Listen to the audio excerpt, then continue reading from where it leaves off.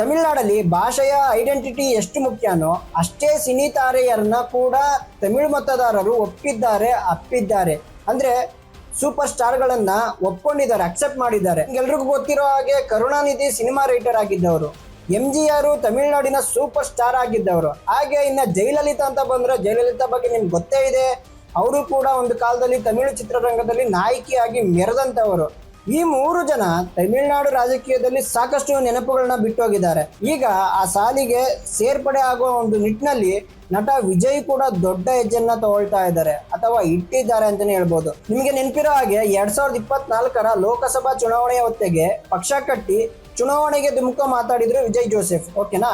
ಇನ್ನು ಈಗ ಬರೋದಾದ್ರೆ 2026ಕ್ಕೆ ಚುನಾವಣೆಯಲ್ಲಿ ಒಂಥರ ಡಾರ್ಕ್ ಹಾರ್ಸ್ ತರ ಕಾಣ್ತಾ ಇದ್ದಾರೆ, ಅಂದ್ರೆ ಕಪ್ಪು ಕುದುರೆ ತರ ಕಾಣಿಸ್ತಾ ಇದ್ದಾರೆ, ಅಂದ್ರೆ ಓಡೋ ಕುದುರೆ ತರ ಕಾಣಿಸ್ತಾ ಇದ್ದಾರೆ.